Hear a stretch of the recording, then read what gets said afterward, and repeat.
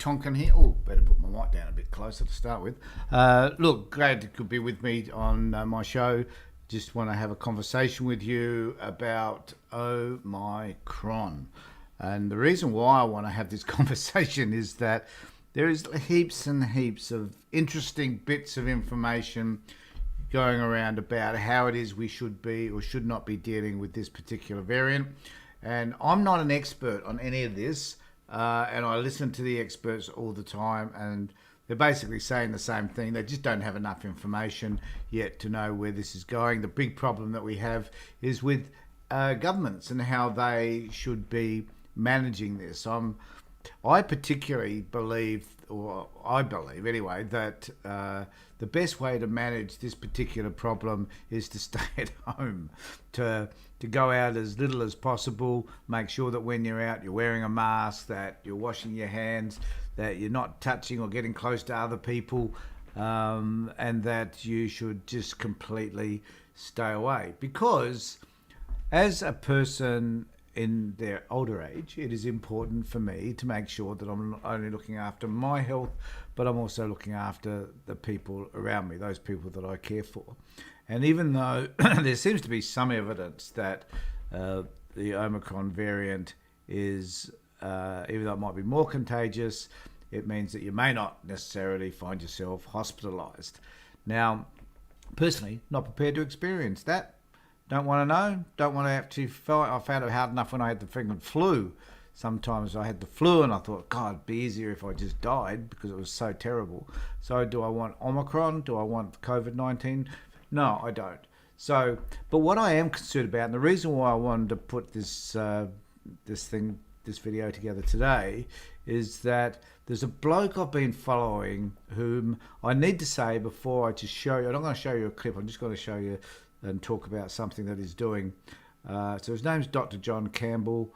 I admire him greatly, bloke probably around my own age, maybe a bit older, who has put together a website where every day he gives instructions around how it is that we should be managing the variant or COVID-19 in general, and what it is that we should be doing to better care for ourselves, I guess, to some extent, but also he provides some interesting ways of presenting data that I admire. Also, he gets up to 1 million views on each of his videos. So he has a massive group of people that watch him present, and it's simplistic, it's good, and I admire him for doing it. I admire him for the money he's probably making from all this. Don't care too much about that, but I admire a lot of things about him. However, I do wonder about the degree to which he is the expert. Firstly, he says he's Dr. John Campbell. Apparently, he's a doctor of nursing. He's not a medical practitioner. He taught nursing, right? So his doctorate is probably a PhD type doctorate. My wife has one of those, but she's not going to be telling us about how we should be managing COVID and stuff. So we just need to be wary about some of the things that he might say, because to his credit, he sounds very authoritative, which is nice, and it's the way we should be presenting.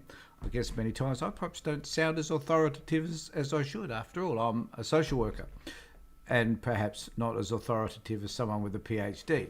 However, I think it's important to understand where some of these people are coming from, because in a video he put out yesterday, he made a statement in relation to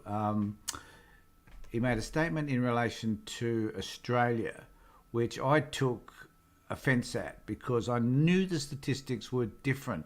I'm not going to play the video. I'm just going to show you a still of the clip that he put together, and then we'll talk about it. So here we have him. Now this clip he's talking about the vaccination rates in Australia and what Scott Morrison had said in relation. I only played a little bit of a clip of what mate Morrison said yesterday about getting vaccinated and how we were going to deal with it. And that was fine, except Morrison did do this thing about, comparing it with putting on sunscreen, all that sort of stuff, personal responsibility, all that sort of thing. I'll be doing another video on that specifically at another time.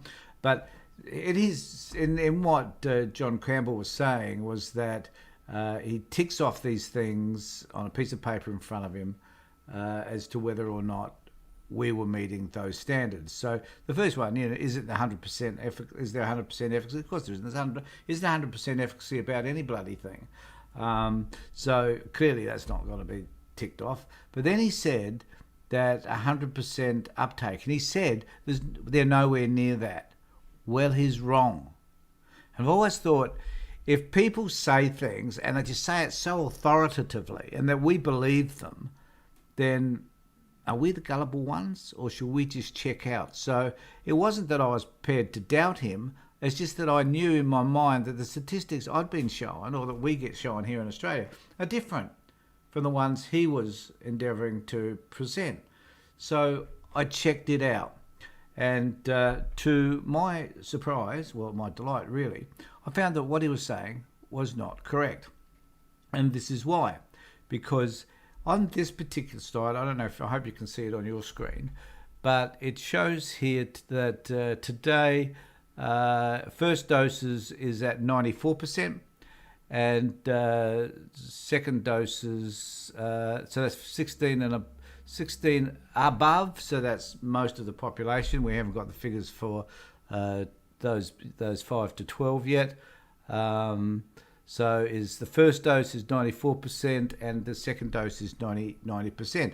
Now the graph on that I think has decreased, but it's getting just steadier and steadier, but slowly increasing as more and more people go from their first to their second dose.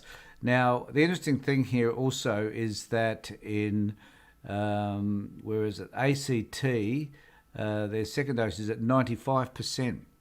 Right, much smaller population, granted. Tasmania at 95%, South Australia, where I live, at 91%, Queensland at 90% for their first doses. They're up to 85%. I guess my point is that he said that there's no way in the world that we're getting near that 100% uptake, and we probably won't. That's true. But if we have an uptake which is around 95%, which is where we're kind of at almost, we're doing pretty damn well. There will always be people who won't get vaccinated for health reasons, for ideological reasons, whatever. They just won't have it done. So fine, 100% is not going to happen. But we are at a point whereby Australia is doing better, and I did look at the stats in relation to other countries. We're doing better than all other countries in the world, including Israel, I think. So we're doing okay. So to say that with near 100% uptake, which is what he tended to say on this one, sure, we're not going to get 100% uptake, right? I get all of that, but we're doing pretty well, and I think that it really needed to be stated that Australia may not be 100%, but we're damn close, and we're doing okay. And what does all of that mean? It probably means that in terms of hospitalisations and so forth like that, it'll probably be less than most countries. And we need to celebrate that as well. And also, we need to be mindful that with Omicron in particular, that the infection rate is high, but the hospitalisations look like, at this particular time, that they're going to be lower. Now, what does all this mean in terms of public health policy? Well, I'm buggered if I know. I think that there comes a time, though, we've got to start making some really tough decisions about how to protect our community, because as more and more people get infected, certainly on a percentage basis, probably less and less will be hospitalised. But it doesn't mean that there won't be a strain on a hospitalisation system. For example, with Delta, if we had, Delta was infecting a lot of people and it was far more serious type of disease, then we'd have fewer people maybe infected, but a greater number going to hospital. But with Omicron, if we have a greater number of people infected and a smaller percentage of that number going into hospital, it still might wind up being a lot of people going into hospital. And that will be a strain on our system. We're already hearing how nurses and doctors are feeling burnt out because of the number of patients they have coming through. And not a great many here in Australia, but it's likely to happen. So we really need to think about how we're going to adjust our policies to fit so that we are ready when those numbers increase, which even though it's more transferable but less deadly, maybe we will have a lot more people in hospital. And also, we might have less people in hospital because so many of us are vaccinated, regardless of what Dr. John Campbell has to say. So there are my thoughts. Everybody, take care, look after yourselves, and more importantly, be safe and be kind to other people, okay?